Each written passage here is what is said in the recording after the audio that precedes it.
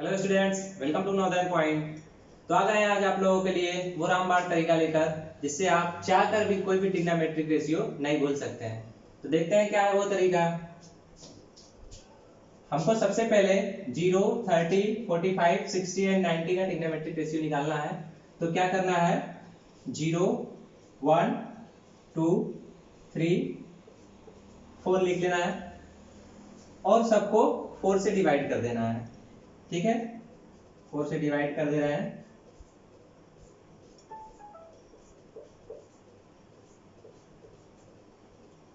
अब सबका क्या लेना है, स्क्वायर रूट ले लेना है। ठीक है, अच्छा 0/4 क्या होता है, ये 0 होता है और 1/4 तो ऐसे रहने देते हैं। 2/4 को क्या लिख सकते हैं, 1/2 भी लिख सकते हैं। 3/4 वही है। 4/4 को क्या लिख सकते हैं, 1 लिख सकते हैं। ठीक है, अब 0 का स्क्वायर रूट क्या होगा, रूट लेना है। 0 का स्क्वायर रूट क्या होगा, 0 ही होगा। 0 का स्क्वायर रूट 0 ही। ठीक है, 1/4 का स्क्वायर रूट क्या होगा, 1 का स्क्वायर रूट 1 और 4 का 2, तो ये 1/2 होगा। चलिए 1/2 का स्क्वायर रूट, अच्छा 1 का स्क्वायर रूट तो 1, 1/2 का स्क्वायर रूट निकालना है। क्या होगा, 1/√2 होगा। लिख लेते हैं 1/√2। 3/4 का, 3/4 का स्क्वायर रूट क्या होगा, 3 का तो क्या होगा √3 और 4 का 2। 1 का स्क्वायर रूट तो 1 ही होता है। देखिए अब जो हमारा आ गया, सारे एंगल्स के लिए साइन पता चल गया है। Sine 0, sine 30, sine 45, sine 60 and sine 90 हमको पता चल गया। क्या क्या है, साइन 0 क्या है, 0 आया है। साइन 30 कितना आया है, 1/2 आया है। साइन 45 कितना आया है, 1/√2 आया है। साइन 60 क्या आया है, √3/2 आया है। और साइन 90 क्या आया है, 1 आया है। बस बस बस हो गया। अब कोई भी ट्रिग्नोमेट्रिक रेशियो हम लिख सकते हैं, कुछ नहीं करना है हमको, कुछ नहीं। ये सारे ट्रिग्नोमेट्रिक रेशियो उल्टा करके लिख देना है। कॉस के लिए 1 यहां से, √3/2 यहाँ, 1/√2 यहाँ, 1/2 यहाँ और 0 यहाँ पे। कॉस सारे एंगल्स का कॉस वही होगा। ठीक है, कॉस हो गया क्या, 1 √3/2, 1/√2, 1/2 और 0। याद करिए याद करिए याद करिए, क्या cos 0 कितना होता था, 1। cos 30 √3/2, cos 45 1/√2 and cos 60 1/2, cos 90 0। ठीक है, एक चीज बस ध्यान देना है, क्या, tan के लिए कुछ नहीं करना, sin अपॉन cos होता है। ठीक है, tan a बराबर होता है sin a upon cos a। हो गया हो गया हो गया हो गया, tan भी हो गया। साइन अपॉन कॉस लिख देना है बस। 0/1 क्या होगा, 0 में किसी चीज से भाग देंगे तो 0 ही होता है। 1/2 में √3/2 से डिवाइड करना। देखिए 1/2 में क्या, √3/2 से, ये इधर चला जाएगा, ये इधर, तो 2 से 2 कैंसिल। आंसर कितना है हमारा, 1/√3। तो यहां क्या हो जाएगा, 1/√3। दूसरा यहाँ पे 1/√2 और 1/√2 सेम अपॉन सेम रहेगा तो क्या होगा, 1 होगा। 1 हो गया। √3/2 अपॉन 1/2, इसको भी देख लेते हैं। √3/2 अपॉन 1/2, 2 से 2 कैंसिल, आंसर √3 होगा। ये क्या हो गया, √3। 1/0 रिकॉल करिए, पीछे क्या बताए थे, किसी भी नंबर से 0 से डिवाइड करते हैं तो क्या होता है, नॉट डिफाइंड। ये क्या हो जाएगा, नॉट डिफाइन हो गया हमारा। अब क्या, बाकी तो कुछ भी पूछ ले, सब तो लिखना आता है हमको। क्या, साइन का उल्टा कॉसेक, कॉस का उल्टा सेक और टेन का उल्टा कॉट, यानी रेसिप्रोकल। ठीक है, पढ़ चुके हैं। क्या, कॉट क्या लिखेंगे, 1/10 यानी 1/0 क्या होगा, नॉट डिफाइन होगा, पता चल गया ये, यानी कि कॉट 30 कितना होगा 1/1/1/√3 कितना होगा √3, ठीक है। अच्छा एक चीज और ये क्या देखिए नॉट डिफाइंड √3 अरे अरे अरे अरे ये क्या हो रहा है। अच्छा थर्ड भी देख लेते हैं क्या होगा 1/1 क्या होगा 1। अच्छा फोर्थ भी देख लेते हैं क्या हो रहा है 1, क्या करना है हमको 1/√3 यानी 1/√3 फिफ्थ 1/नॉट डिफाइंड क्या होता था 0। क्या देख रहे हैं देखिए नॉट डिफाइंड √3 1/√3 0 ये भी करने की जरूरत नहीं है हमको। क्या करना है 10 को उल्टा करके लिख दो कॉट हो गया, कॉस को उल्टा करके लिख दो सेक हो गया, और साइन को उल्टा करके लिख दो कोसेक हो गया। क्या सही बोल रहे हैं ये सही बोल रहे हैं क्या, देखते हैं चेक करते हैं क्या वही आता है जो बोले हैं। चलिए सेक के लिए देखते हैं कॉस को उल्टा 1/1 यानी कि 1/1 क्या होगा 1 और √3/2 1/√3/2 यानी कि 2/√3 1/1/√3 1/1/√3 सॉरी 1/1/√2 है तो यहां से क्या हो जाएगा √2 1/1/2 1/1/2 यानी कि यहां से 2 और 1/0 क्या होता है नॉट डिफाइंड 1/0 नॉट डिफाइंड।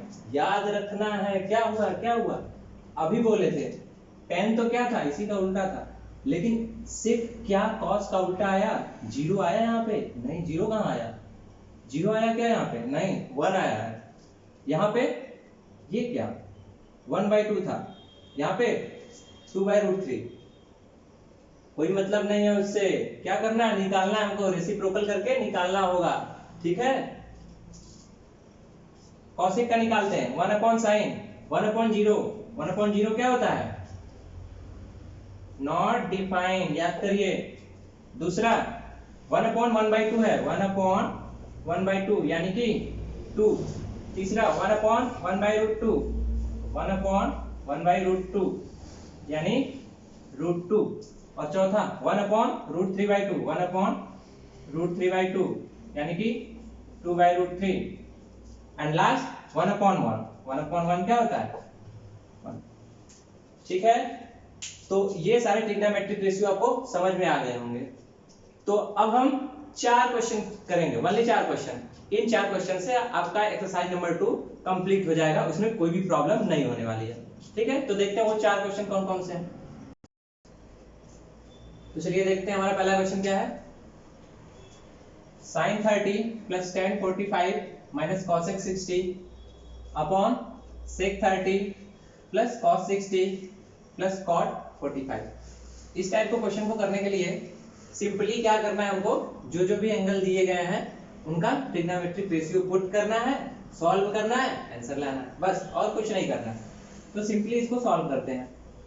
क्या sin 30 क्या होता है 1/2 tan 45 1 cosec 60 क्या होता है cosec इसका उल्टा होता है sin का sin 60 √3/2 तो cosec क्या हो जाएगा 2/√3। सिमिलरली नीचे sec 30 क्या होगा sec किसका उल्टा होता है cos का cos 30 क्या होता है √3/2 तो यहां से क्या हो जाएगा 2/√3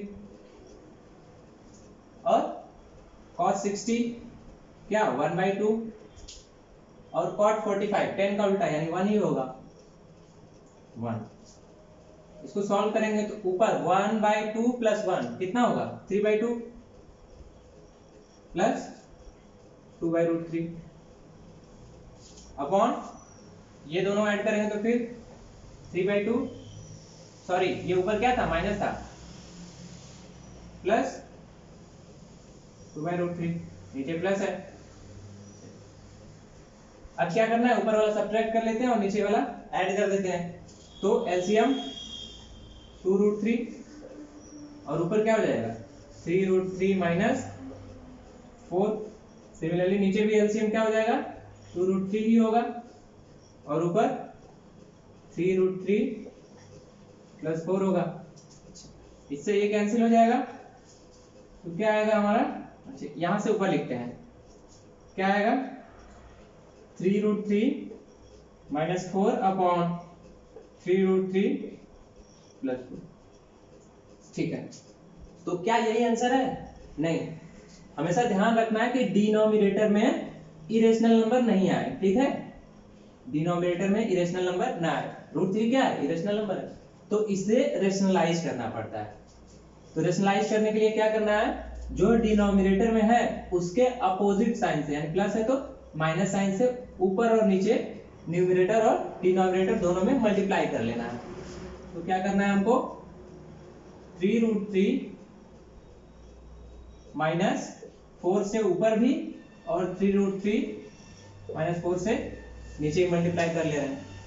अच्छा, ये क्या, अगर इसको a माने और इसको b मानते हैं, ठीक है, तो ये a ये b, तो ये नीचे क्या लिखा हुआ है, a + b × a - b लिखा हुआ है। तो a + b × a - b क्या होता है, a² - b² होता है। तो इसको हम क्या लिख सकते हैं, 3√3 का स्क्वायर - 4 का स्क्वायर। तो 3√3 का स्क्वायर कितना होता है, 27 - 4 का स्क्वायर कितना, 16।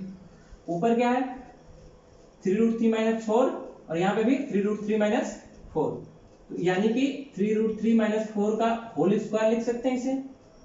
a - b का होल स्क्वायर का फार्मूला क्या होता है, a² + b² - 2ab।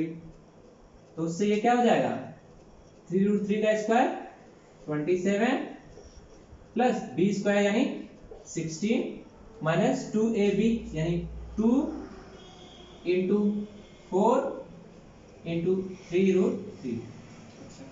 ये क्या हो जाएगा, 4 × 2 = 8, 8 × 3 = 24। तो ये टोटल कितना हो जाएगा, 24√3। चलिए इसको इरेज करके क्या लिख देते हैं, 24√3। तो ये क्या हो जाएगा हमारा, 27 + 16 क्या हो जाएगा, 43 - 24√3 और नीचे 27 में से 16 सब्ट्रैक्ट करेंगे तो 11। ठीक है, तो क्या इसे और सिंपलीफाई कर सकते हैं, अगर और सिंपलीफाई कर सकते तो करते। तो यहाँ तक हम कर पा रहे हैं, तो जितना कर पा रहे हैं वही हमारा आंसर हो जाएगा। ठीक है, तो ये क्या हो जाएगा आंसर। तो पहला क्वेश्चन था ये हमारा। क्या करना है, सिंपली जो भी एंगल दिए गए हैं उनका ट्रिग्नोमेट्रिक रेशियो लिखना है और उसे सॉल्व करना है। अगर नीचे इरेशनल नंबर आता है तो उसे रेशनलाइज कर लेना है। ठीक है, हो गया। देखते हैं दूसरा क्वेश्चन क्या है। sin a - b = 1/2 cos a + b = 1/2 and a + b is greater than 0 and smaller or equal to 90 and a is greater than b। ये a is greater than b क्यों दिया हुआ है, क्योंकि अगर a b से बड़ा नहीं होगा तो a - b क्या होगा, निगेटिव आ जाएगा। और sine of some negative value, some negative angle, क्या किसी निगेटिव एंगल का ट्रिग्नोमेट्रिक रेशियो निकालना तो अभी हम नहीं सीखे हैं, वो भी होता है लेकिन हम 11th क्लास में सीखेंगे। ठीक है, तो इसीलिए वहां पे a is greater than b दिया हुआ है। तो देखते हैं क्वेश्चन कैसे सॉल्व करेंगे।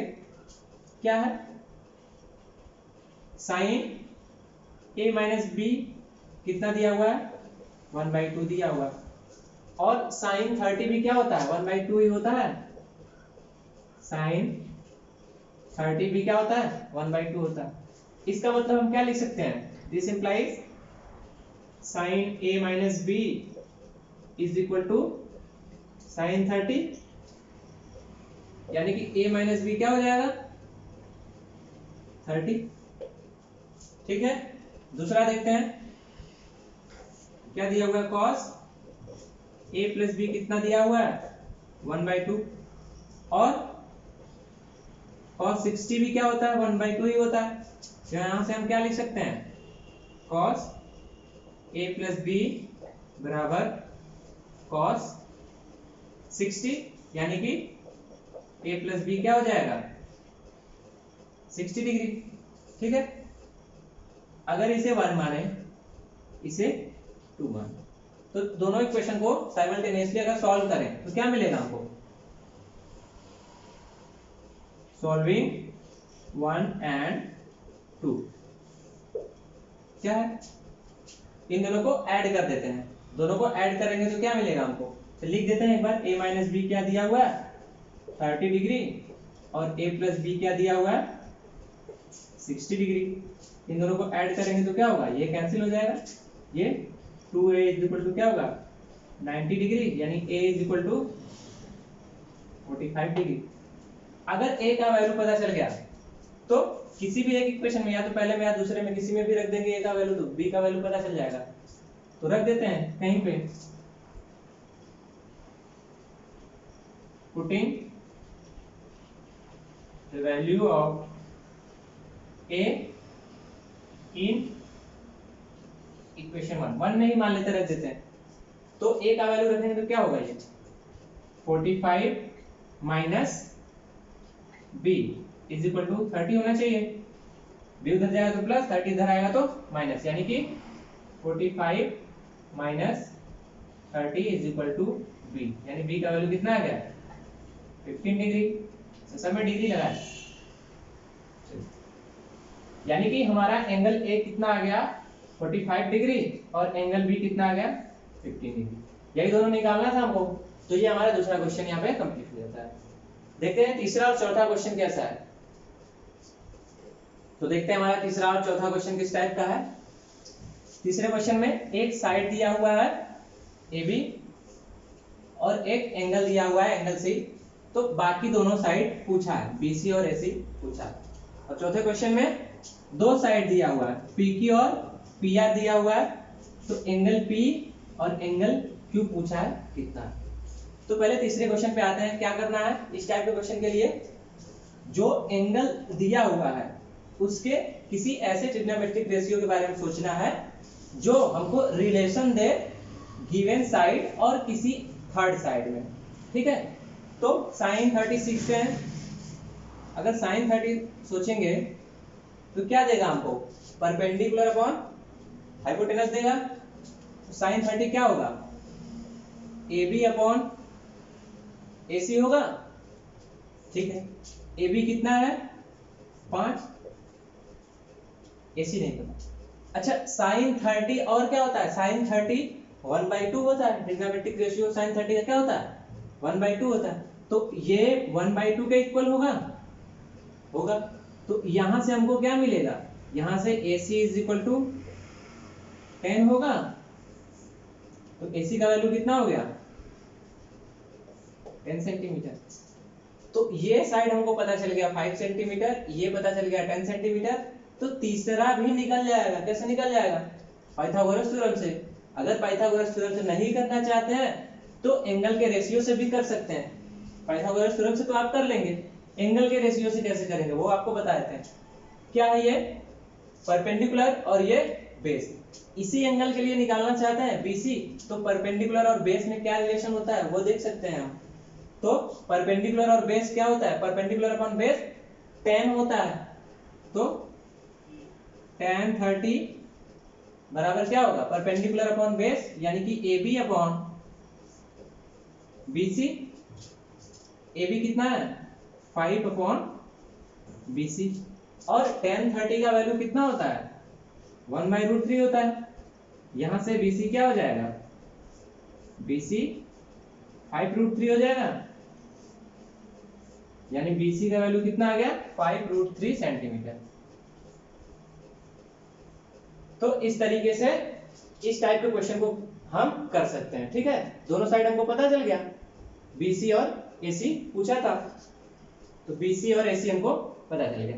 दूसरा क्वेश्चन क्या है हमारा, इसमें दो साइड दिया गया है, तो इसमें या तो तीसरा साइड भी पूछ सकता है और इसमें दो एंगल तो पूछा ही है, ठीक है। तो अगर तीसरा साइड पूछेगा तो कैसे निकालेंगे, उसके लिए तो हमारे पास पाइथागोरस थ्योरम है ही, ठीक है। लेकिन एंगल पूछा है, एंगल P और एंगल R पूछा है, तब कैसे निकालेंगे, वही करना है। क्या, जो दोनों साइड दिया गया है उन दोनों साइड में क्या देखना है, रिलेशन देखना है। और किसी एंगल के रेस्पेक्ट में, मान लेते हैं इसके रेस्पेक्ट में हम देख रहे हैं, इस एंगल के रेस्पेक्ट में, तो साइन आर क्या लिख सकते हैं हम? साइन आर लिख सकते हैं हम P Q upon P R, P Q upon P R लिख सकते हैं। पी क्यू कितना है 3 और पी आर कितना है 6, यानी 3 अपॉन 6 1/2। अच्छा, किस एंगल के साइन का ट्रिग्नोमेट्रिक रेशियो 1/2 होता है? 30 के। तो हम क्या लिख सकते हैं? Sine 30 is equal to 1/2 is equal to sine R, यहां से क्या sine 30 is equal to sine R, यानी आर क्या हो जाएगा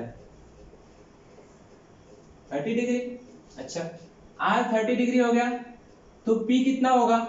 पी के लिए भी ऐसा ही निकाल लेंगे, ऐसे ही निकालेंगे, अगर चाहते हैं तो निकाल लीजिए, लेकिन एंगल सम प्रॉपर्टी से भी निकाल सकते हैं। क्या ये एंगल पता ही है 90 डिग्री और ये 30 डिग्री हम निकाले हैं, तो एंगल सम प्रॉपर्टी से क्या हो जाएगा 60 डिग्री हो जाएगा। लेकिन अगर ये एंगल नहीं पूछा है, सिर्फ यही एंगल पूछा है, तब तो हमको फिर से रेशियो ही देखना होगा, साइड का रेशियो ही देखना होगा। किस एंगल के लिए? इस एंगल के लिए। तो ये मान के चलते हैं कि एंगल आर हमसे नहीं पूछा है, सिर्फ एंगल पी पूछा है। तब कैसे निकालेंगे उसके लिए देख लेते हैं। एंगल पी का रेशियो देखेंगे। एंगल पी के लिए ये क्या है? बेस है और ये हाइपोटेनस। तो बेस अपॉन हाइपोटेनस क्या होता है? कॉस होता है। तो क्या लिख सकते हैं हम? कॉस पी बराबर P Q upon P R लिख सकते हैं, P Q upon P R, यानी कि 3/6 यानी 1/2। तो cos of which angle is 1/2? किस एंगल का cos 1/2 होता है? 60 का होता है, पता ही है। तो यहां से हम क्या लिख सकते हैं? cos 60 is equal to 1/2 is equal to cos p। This implies p कितना हो जाएगा 60 डिग्री। तो यहां से हम p का भी वैल्यू निकाल सकते हैं कि एंगल p कितना है, अगर हमसे एंगल r नहीं पूछा है तो। ठीक है, तो ये चारों क्वेश्चन हमारे कंप्लीट हो गए। तो अगर ये 4 क्वेश्चन आप कर लेते हैं तो आप एक्सरसाइज 8.2 का कोई भी क्वेश्चन कर सकते हैं। ठीक है, आज के लिए इतना ही रखते हैं। नेक्स्ट वीडियो में मिलते हैं नए टॉपिक के साथ। Thank you.